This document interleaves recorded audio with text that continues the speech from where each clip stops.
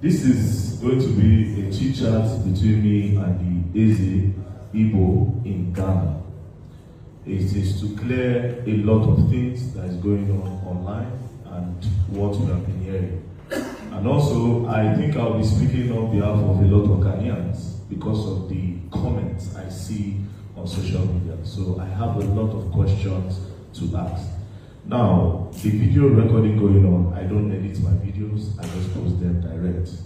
And I'll be very, very thorough with answering my question. Thank you very much. So, I want to believe, EZE Igbo in Ghana, that you have been seeing what is going on social media, where some persons and some group of people posted a protest saying Nigerians must leave. And some way, somehow, your personality, your position is caught in between all of this. They say, oh, there's one man, is the king in Ghana, trying to take over Ghana, establish a palace where they already have a king. Practically, they are saying you want to take over Ghana. And for this reason, it is threatening the stay and the business of a lot of Nigerians as what they put on the media. Now, this whole thing is just to let Ghanaians know that, okay, this is what it is, this is not what it is. And for our own Nigerians that are in diaspora and in Nigeria. So the first question to you, EZE Igbo in Nigeria, is EZE Igbo in Ghana, EZE Igbo in Ghana is, are you establishing a palace in Ghana to compete? Or what is your position in Ghana? Let's know your position in Ghana first of all. Thank you very much. Yeah, very glad, man. You're welcome. By the special grace of God, I was chosen by the Igbo community in Ghana to be the EZE Igbo Ghana. I am the leader of Igbo community Ghana in our language, as our local language, EZE Igbo Ghana. And the EZE Igbo in diaspora did not begin here in Ghana. It is all over the world Igbos are found. Even in Nigeria, we have in Abuja, we have in Kaduna, we have in Lagos, we have in even where they're coming from. Okay?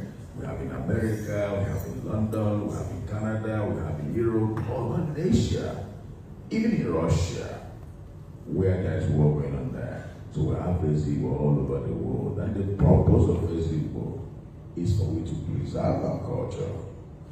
It's for we to teach our culture and our tradition to our people. It's for we to celebrate our festivals. It's for we to bring peace among ourselves. It's for we to help ourselves in our businesses to support each other. It's for we to make sure there's love among us and also teach our people the rules and regulations of the countries where we find ourselves or the state outside Igbo land where we find ourselves. Now, with all these package and many more, these are the purpose of EZE Igbo in diaspora. It's not for political. It's not for a challenge of the host nation or a host state. It is not for the challenge of kings and queens of that land. It's not for challenge of anything, but it is for our own people. Remember, we are 100% Igbos, Igbos. And most of us are not properly educated because our nature of business. Some people cross the boundaries because they don't know the rules and regulations of the country where we find ourselves. For that reason, the structure of EZE Igbo in diaspora help to teach our people what they don't know. So you cannot cross your boundaries. Now, me sitting down here, I did not make myself EZE Igbo Ghana. My people choose me and call me the EZE Igbo Ghana. And this is my 13 years of this from here. 13 years of hard work, 13 years of struggling, 13 years of peacemaking, 30 years of promotion, and 13 years of bringing the two nations together in terms of culture and tradition. So, sitting down here is not by my power, but the power of the people, but ordained by God. Now, going to your question, my purpose here is not a purpose to challenge the traditional authority of the nation. And I have never, or we have never, the Igbos in Ghana, ever think or had a thought of building a kingdom in Ghana. Nothing like that. We've never had this thought before. We've never even think about it. We've never even acquired any piece of land for kingdom. What we did was exactly what's happening now in Ghana. You were in the market yesterday. I want to help you so that your questions will be great for you. That's why I'm giving you the nice trip yesterday. You were in the market yesterday. Based on Nigerian shops that were locked in the market. This is exactly what happened in 2013. When President Mahama, a competent president here in Africa and around the world, came into office newly as elected president after the death of his boss, Akamels. That same year of 2013, there was a massive force to Nigerians in the market by Ghana Trade Union, asking Nigerians to leave the market because they were not following the rules and regulations of Ghana that prohibits retail in the market.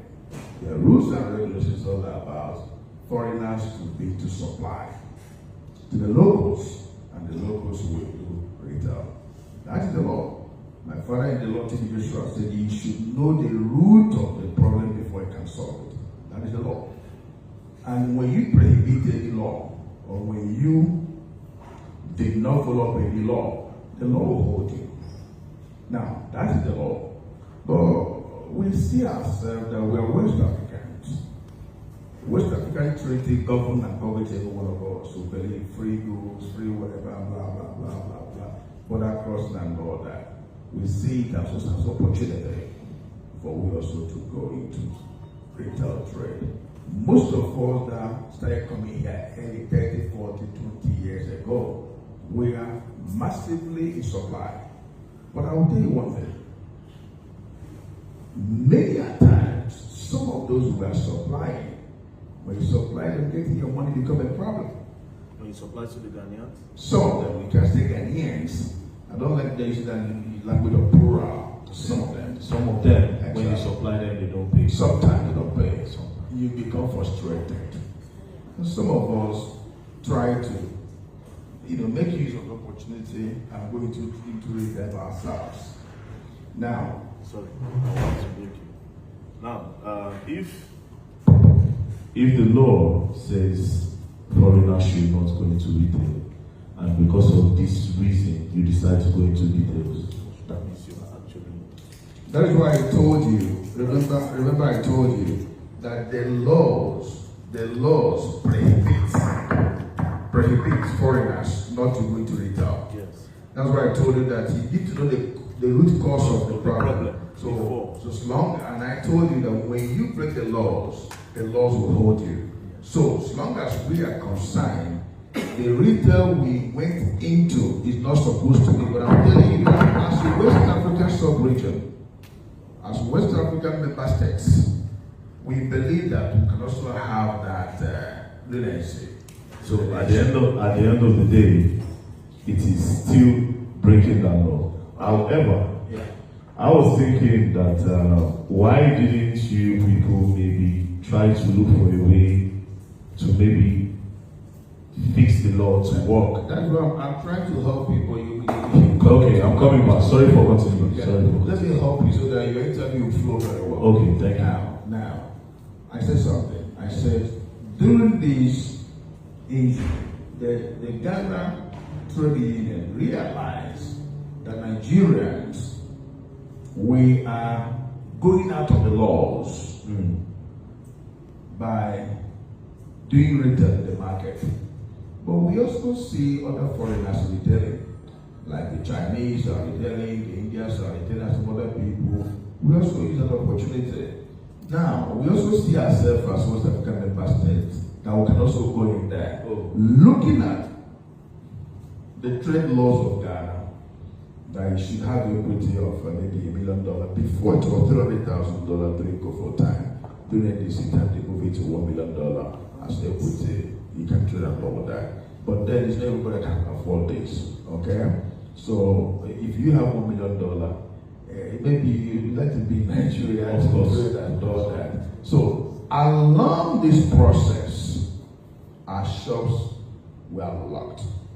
That's 2013. Just your shops or other people that also... These are Nigerians. Just Nigerians. Because you mentioned that other nationalities like the Chinese were just also... Nigerians. Okay. Only Nigerians. 2013. It was massive. You can go to the internet and check it. So along this period, myself and some of our elders, we engaged meetings, several meetings, with the Minister for Trade and Industry then. In and out meeting. In one of the meetings, some of the executives advised us, they say, well, take your people, you guys should go and build a mall so that you will move out of the local market and do your trade business in the mall. He made a reference of Accra Mall. Foreigners are there retailing because it's a mall. Because the trade law is talking about local market. But it did not prohibit you not to be in a mall. Then we sat down. What do we do? Then that is how we started thinking, which area can we acquire land for mall? Then that is how we thought about Aflawo Road. That's the road we come from. The Ecowas Road, that's the road you can go home from Ghana to Aflawo, that's no government and all that. We think about that way. And there is this village called Odningo. From our NGO far back 2007, 2008, we built a school for that village. The king is a friend to us. So we went to him to tell him our vision. Your Majesty, we want to get a land for Igbo Mall. And he has been telling us to come and buy land for development and all that. Now opportunity has come. The last we were there is 2007, 2008, after we finished the school. Now 2013, many years ago after that. Then conversation gives birth to ideas. We're discussing about the land, where to purchase land for mall. And that discussion, what ran into our mind is if we build mall along this road, the distance from the town is so much, we might not be able to have that patronage. Let's do it like Chinese town. Let's do it like a community. Let's do it like a village where we can come, acquire land, build houses, and have a community where we can do business. Just like Chinatown. Just like Chinatown. This came to our mind. We'll quickly have that chat with the king. The king was happy because that would be development for him. Now, he offered us, okay, we can even give you guys 200 acres of land. You pay the installment. Say, Your Majesty, no, it's too much. Give us like 50 acres so we can pay gradually. And that was beautiful discussion, beautiful deal. He asked his boys to go with us to the land. We saw the land, beautiful land, green area. We took pictures and videos. Went back to the king to tell him, yes, we're happy, we love the land. Then we discussed the price and the modalities of payment. We agreed to pay every 3 months. We came back.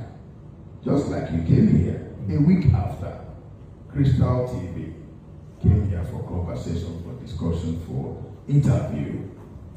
And they want to know, and I'm not enough to 1 year on the throne as of that time. They want to know my plans, my vision, what I want to achieve for Igbo people, for Nigerians.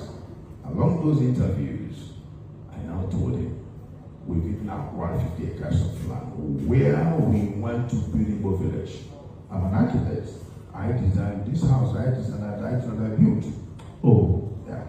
This house is not a palace that was given to you. This is a house that you built. It's my home. It's about 19 years old building. So the house is older than you on the throne? Yes. I've had this house before the throne. When were you inaugurated or coronated? 2012. When did you build the house? Long ago, 19 years ago, changing now. So this is not like you didn't build this to make it a palace. No. You built it as a home. My residence. And before God gave me the opportunity to lead my people as a EZE of Ghana. It is actually an intimidating place, actually. It is not. It is beautiful. It's a good place. But sorry to cut you. Okay. So, God is a master planner. I didn't know I'm going to be the Igbo leader in Ghana. But God designed the house like this. So he did it like that.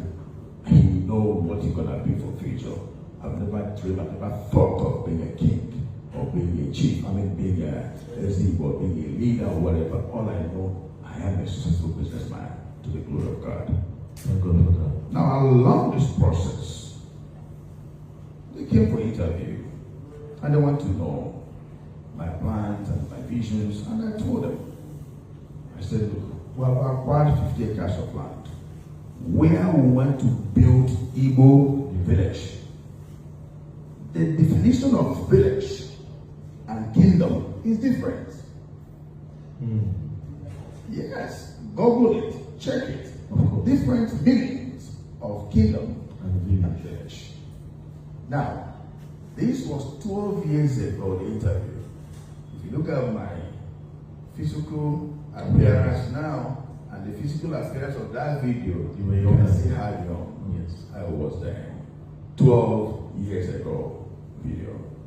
Now, 3 months after, the elders and I went back to the king to pay for the land.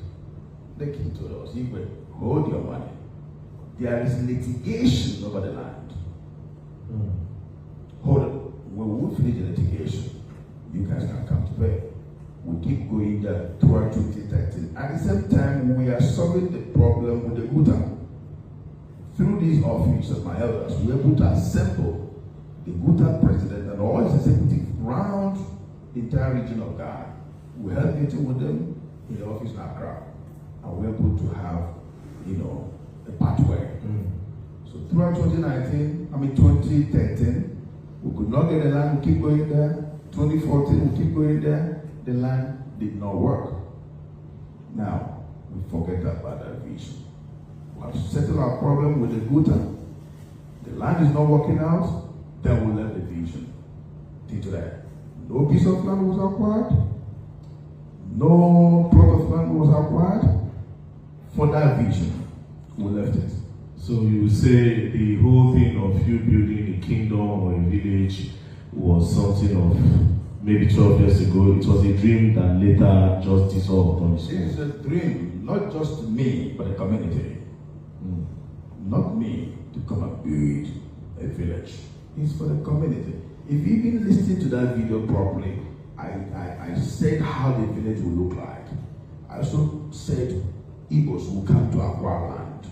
We're going to have high rises over here. We're going to have shops, market, and all that. It is a vision that will come together to conceive a vision that came out of circumstances that you are seeing today. Okay. Okay? Okay. So I'll go to my next question. Now I came into your palace, like I said, you came into your palace/house. Now that you said you built it before your coronation, so I'll call it palace and house now. So I came into your palace, and it is actually very intimidating, the whole lion statue outside and everything. Do you think you are doing too much with all of this, or would you say it is in your personality to just feel at home and anywhere you have, you just feel like, I will make it nice to my taste? Because I want to believe that maybe some of these our Ghanaian brothers, maybe when they pass this place and they see how it looks, maybe they feel like, okay, I think he is doing too much. Because they say it's that you are actually doing too much. So would you say how you carry yourself and how everything is, would you say you are indirectly challenging them? Because you might not directly challenge them, but maybe unconsciously, it's an indirect challenge that is making them feel somehow? One, I'm not doing too much. Two, everything here is in the market. You can beautify your home more than this. There are thousands of men and women there have more beautiful chairs than the chairs you are seeing here today. It's all about taste. It's all about vision. It's all about how you want to beautify either your palace, your home, even some people, their bathroom is more even beautiful than what you are seeing here. It's all about taste. I can decide not to put such chairs here and put ordinary whatever chairs. It all depends how I want to, exalt the opportunity given to me to run. We live in a world where when you make yourself comfortable, you feel okay. You make people around you comfortable, you feel okay. So as you say that some Ghanaians are saying, in this world, everybody will not like you. Very true. As you are here, I believe that your enemies might be bigger than those that love you. Very true. All those that love you are bigger than your enemies, but it's not everybody that love you. A moment. Okay, sir. Some people might not even be happy the way you dress. Very true. Some will be envious of you. Some will be hailing you. All my elders are hailing you here. But maybe people out there might not like who you are. So as long as these ethnic things are concerned here, it's not everybody will be happy for it. But those that have a positive mind, those that love good things, those that love you will also love it. Some people even look at it and they want to do exactly what you do. That is why there are some people who call them mentor from afar. People mentor people from afar. Some people even look at it and say, I want my home to be like this. The same way I see this in some people, other people place, I want to have a replicant of that. So to me, when you see people getting angry over it, or getting envious over it, or agitated over it, it's a normal thing. Everybody must not love you. Everybody with different interests. The way you dress is your interest, so God. True. Maybe like this, you enter play for 10 hours. Even code will tear you. True. But it's your interest. True. The way I dress is my interest. So if somebody is envious of me, it's that person's interest. If somebody is happy with me, it's his interest. True. That is why when you come into political party, people have different political party. It's all about what? Interest. So those that are against the edifice, the setting, my presentation or my appearance, those that are against it, they don't love me. They don't like me. They don't like, they have their own interest. Those that also admire it, is their own interest. It means they love you. So you cannot please everybody. Which is please some people, and some people will go their way. So I want you and the audience to understand this. I'm not doing too much.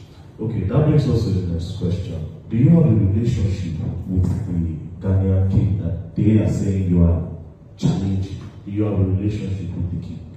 No king ever in Ghana that have ever told me that I'm challenging them. They rather communicate with me. I communicate with me. They invite me in their various programs, and also we invite them in our various programs. These are our lords. They are the owners of the land. We are under the authority. We are under their unction. We are in their land. You cannot exceed what you're supposed to do in someone's land. So no king ever in Ghana has ever come up to say, you are challenging, that I'm challenging, or I'm going more than nowhere. Okay, so I have maybe 3 more questions before this goes on. Yesterday when I was doing the interview in the market, some of them, I asked them about your existence as a king of Igbos in Ghana. Some of them said, we don't know him. He's not my king. I don't know him. So if you are the king of the Igbos in Ghana, and some Igbos are saying, man, we don't know that man, we don't recognize him. Not just that. In the comment section, you know, this is a social media era. We see people in Nigeria saying they cannot have a king, an Igbo king in Ghana, when there is a king in Nigeria. That it does not work like that. You understand? So why are these people saying this? And in the other hand, you are saying you are the king of the Igbos. But the Igbos in Ghana, they are not in uniform in accepting you. Before I give you answer to that, Yes, sir. king is English language. Yes, sir. Am I performing English culture? No. I'm performing what? Igbo culture. So do you expect my name to be English name? I am the EZE of Ghana. Not a king. Not a king. You EZE of Ghana. The Constitution of Ghana prohibits that name king. The Constitution of Ghana, they work with what they call chiefs, and they have levels of their chieftaincy. They have divisional chief, paramount chief, and all that. And remember, we live in their land. As long as their land prohibits that name king, it is easily where I am. It depends on what you want to call it in English. You can say Igbo, you can say king, you can say chief, you can say leader, but it's easily of Ghana that I am. Let me just say, you are from Benin, right? Edo State, sir. Edo State. If a Ghanaian king today come to Edo State and they mention his name in their local name, and somebody want to interpret who that king is, what would they call him? They'll call him the king of Ghana. Because they want your people to understand the meaning of that Ghana language. Or to understand the meaning of that French language. Yes. So it's by trying to interpret what it is when we go to functions and people want to know what the meaning of EZE. That is how I can see people say king, people say majesty, people say this and all that. Just like when my father died, some Ghanaian kings traveled to me to Nigeria 2015. And when we got there, when the name is mentioned, me, this, that, people want to know what the nigga said. Is the EZE of the Ghanaians over there. In my local language, it's EZE. Maybe most of them, they are not understanding English. I said, I call it EZE. But it's a Ghanaian king, right? Or I can say king for the understanding of those Ghanaians. So when people say king or no king, in all my documents, a certificate given to me by Igbo people is written as a Igbo Ghana. A document given to me by the Ghanaian council here, it says a Igbo Ghana, Not king. not king.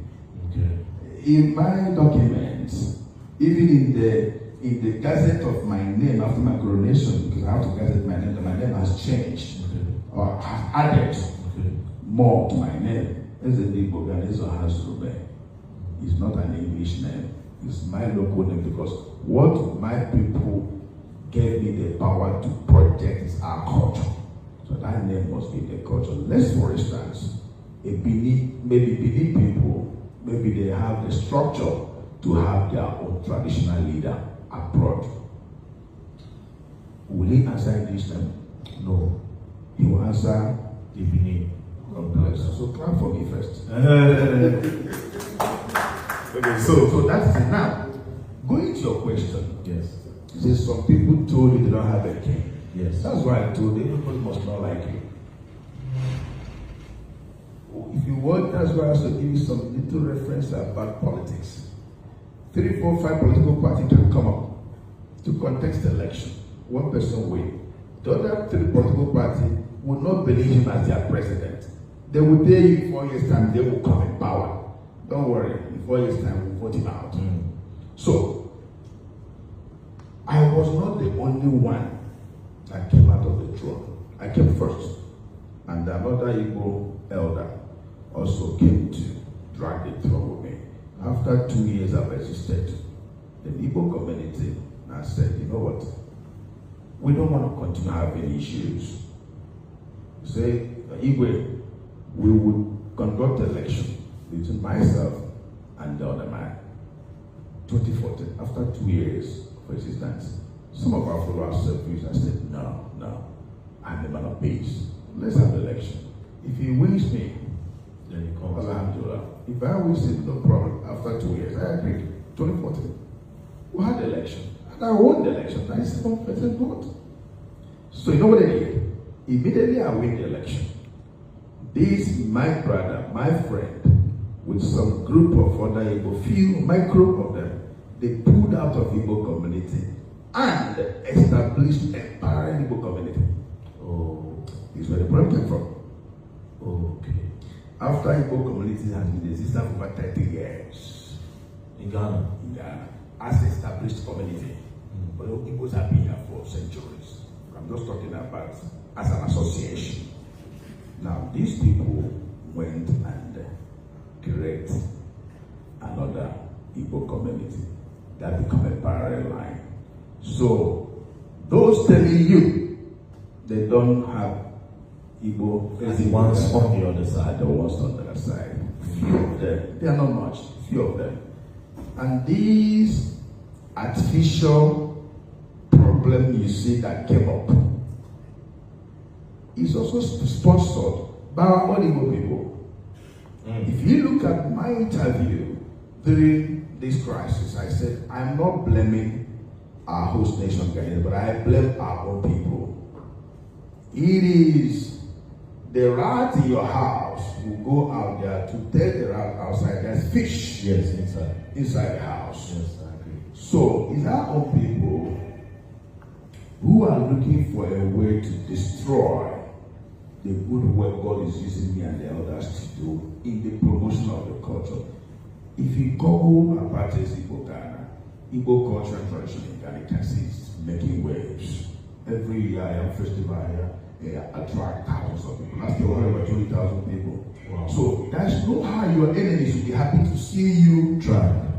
It's impossible.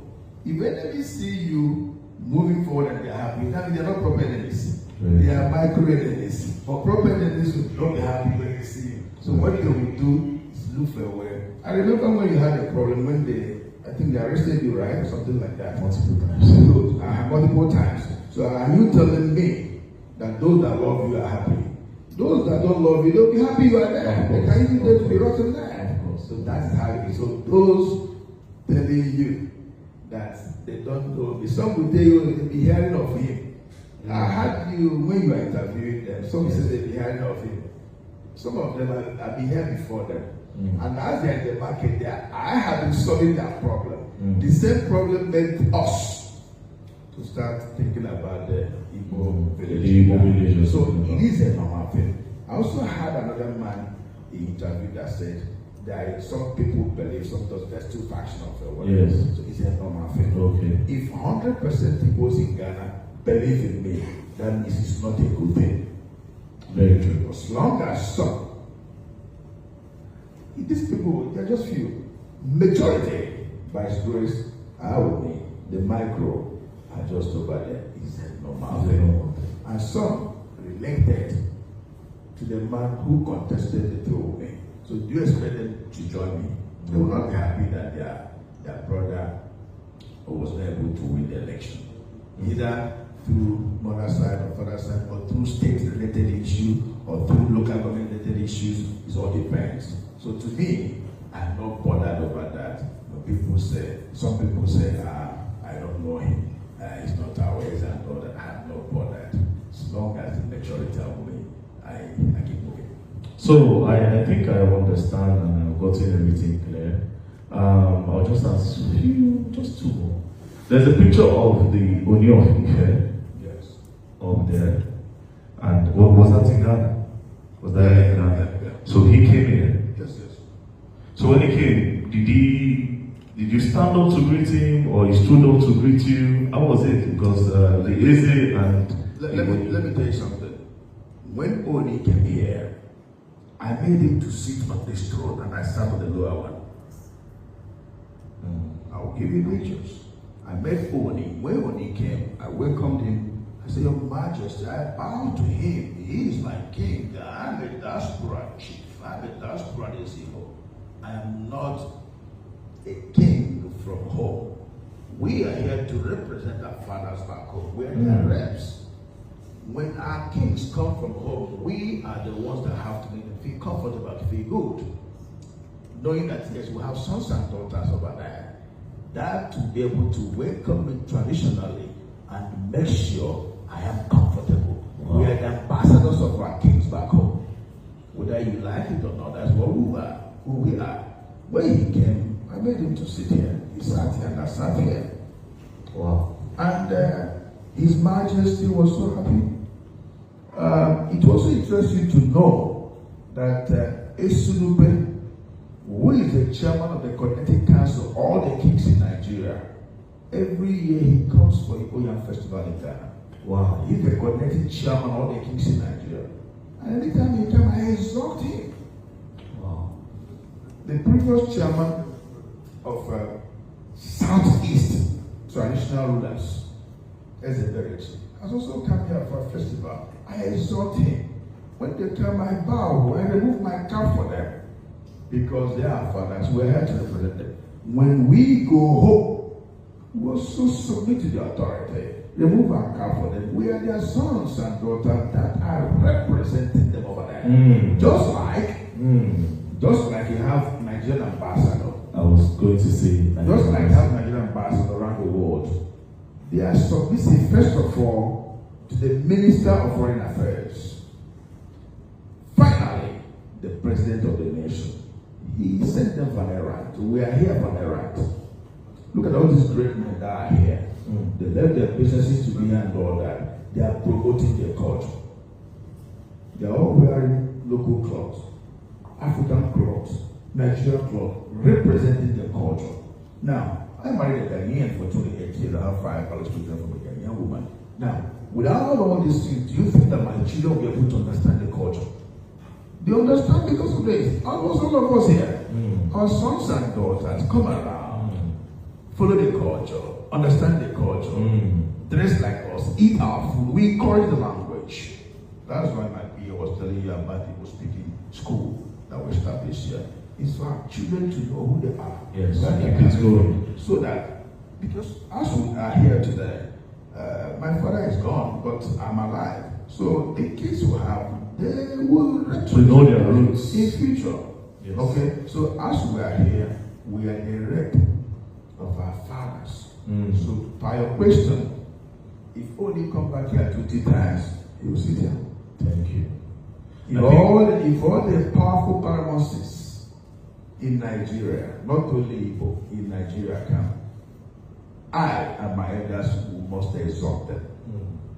It's a compulsory experiment. Okay, thank you very much. I think this clears a lot of things. And then finally, from Nigeria, are you the only king of a particular ethnic group or a tribe? Yeah. Do they have the Yoruba king, the Hausa king?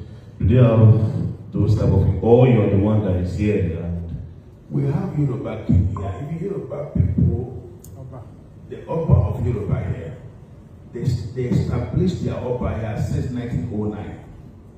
In Ghana? Yes. There is Oba of Yoruba. Now, Oba is there.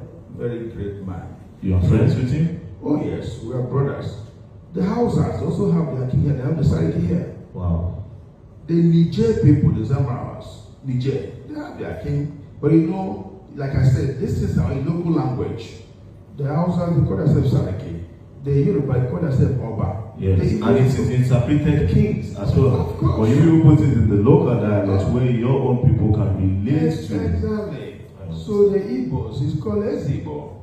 So Ivorians, they have their own here. The Mosu people, they have their own. I think Mosu or whatever, yeah. Even the Senegalese, the Nigerians, they have their own.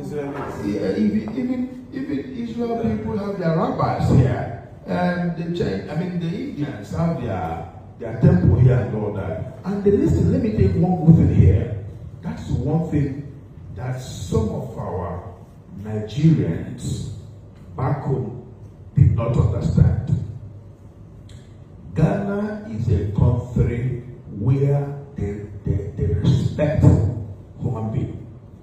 Their constitution is so powerful that every corner of life is included.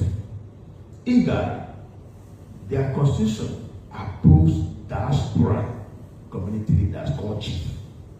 Wow. So as I'm sitting down here, it's not an illegal thing. The constitution of Ghana approves me. As long as my community has chosen me to be their EZE, that period, if you can go back to see the confirmation that the president of Ghana gave Honorable Minister Bianca Ojukwu. The president confirms to him that the only difference is the owners of the land, their kingship, their chief census title is gazetted under their traditional institution, but the foreigners are ceremonial chiefs. So when I hear Nigerians, some of our Nigerian people kicking against the diaspora EZE, I said because they don't know the constitution. If they understand it, they would not go to that route. Sometimes we also hear people casting against Nigerians or Igbos or Hausas or Yorubas not to have diaspora chiefs. I laugh at them. Why I laugh at them is the world has become a global village. Before, when we came here, I came here in 1995. When we came here, most of our elders who met here on the ground, their wife and the family, either they live in Aba or they live in Onitsha or they live in Lagos. They come here, and like I said, it's a supply at that time. After 2 months, they will go home in and out. But now, as you are married today, after wedding, the next day, tomorrow, you are bringing your wife where you live. I start having children here. Now, if you don't take them through the culture and the tradition of your people, the child will not know who she is or who he is. So it's supposed to be, our fathers back home is supposed to give us hand of applause for we holding on our culture and our tradition. They're supposed to even applaud us. They're supposed to be praising us because most of our fathers back home, their sons and daughters live abroad. And they are not living up to what they are. Good, they live abroad. Some of them, even their first sons, when you give them cola to bless, might not even know how to bless the cola. But these things we are doing in the diaspora is helping us, it's building us, it's making us know who we are. We learn every day. Because had it been we are living in a village, these are things we'll be saying. But now we live abroad and we are practicing the same thing abroad. It means we are creating future traditionally to our people. And Igbo culture precisely is all about promoting peace, love. You see now, we drank from one cup. Yes. That shows love. You cannot kill your brother that you drank from one cup with. We had cola from one pot. Bro. Please. Sorry. We had cola from one pot. We drank from one cup. It shows peace, shows love. This is what Igbo culture teaches us. Do you know there are hundreds of our sons and daughters right in the street that we have brought out of streets and established them? How do we do it? The way Chief carries into estate development. We need people, as is building houses every day, people will do POP, people will do painting, people will do tiling. Maybe the boys in the street, even for them, you came to Ghana yesterday, you can see the Ghana is expensive. Yes, it is. Change Naira to see how it is. Yes. Now, think about these young people that are watching about and have no hope of eating food. From this throne, we channel their mind. Oh boy, you know what can you do? Yes, sir. Okay, you know what? Let us go and do tiling, do POP, do painting, do carpentry. We'll push them to our people that are into estate development. We also have our people that are into importation. We say, you know what? Where are you from in Igbo land? Maybe you say you're from Amigo, where I'm coming from. I'll start guarantee for you. Maybe EZE is important to accessories. It's okay, you know what? EZE, give him 2,000 cedi worth of goods or 5,000 outside guarantee, he will return back the money. So, in this way, we start establishing our people. We encourage local government meetings. We encourage town hall meetings. We encourage state meetings so that you can know yourself till home. So when I'm starting business with you, I know you will not disappoint me. The chairman of your village here or your town here or your local government will not disappoint you. We created this structure from here so as to make sure we help ourselves. Nobody carried money with Ghana must go to come to Ghana. We started from hustling. Yes. Maybe bringing goods that worth $1,000 or $2,000 after selling land in the village and all that. Gradually, an Igbo man can start with this one sword. When you say add money, tomorrow you might not buy up to 2 swords. A bigger one, you buy one big one, one small one. If you say you buy 3 again, gradually you grow up. So we encourage our people from here to show love. So, do you also show love to other Nigerians or just strictly Igbo? Because all Nigerians. All Nigerians. You were a very known person. It would be nice to conduct interviews here and there before you go, so you can ask of this Igbo Ghana. This is how you make, and people will tell you much about him. And I'm not the only person leading our people. We also have our sub-EZEs, where we have much Igbo people under a local government or a state, because I cannot see to everybody. Yes. So we also have other sub-areas where our sub-EZEs are. They are taking care of Igbo people over there. If they have issues that they cannot resolve that is bigger than them, they can call on me. We have powerful elders here in various markets. When there is issues, even if somebody coming for issue, I'll call any of the elders who have them. Please look at this matter. They resolve it. It's working smoothly. And we are helping all Nigerians, not only the Igbos, because we are Nigerians.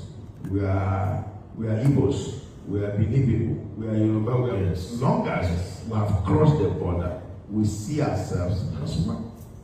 Do you also help Ghanaians? Of course. First of all, my wife is a Ghanaian. It's my priority to support my in-laws. I help Ghanaians to my strength.